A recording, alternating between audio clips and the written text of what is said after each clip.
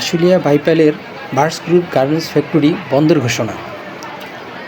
আজ 28শে August 2024 garments শ্রমিকগণ কাজের জন্য ফ্যাক্টরিতে আসার পর দেখল ফ্যাক্টরি বন্ধ। নোটিশ লাগিয়ে দিয়েছে ফ্যাক্টরি বন্ধ। নোটিশের মধ্যে কোথাও লেখা নাই রানিং মাসের বেতনের কথা। এই যে হাজার হাজার শ্রমিক বেকার হয়ে গেল, তাদের ঘর ভাড়া কে দিবে? তারা কোথায় চাকরি নেবে?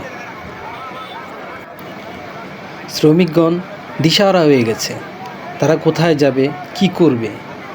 শ্রমিকগণের মধ্যে কেউ কেউ বলছে, আমার ঘরে খাওয়ার টাকা নাই, ছেলে মেয়ে নিয়ে আমরা কি খাবো?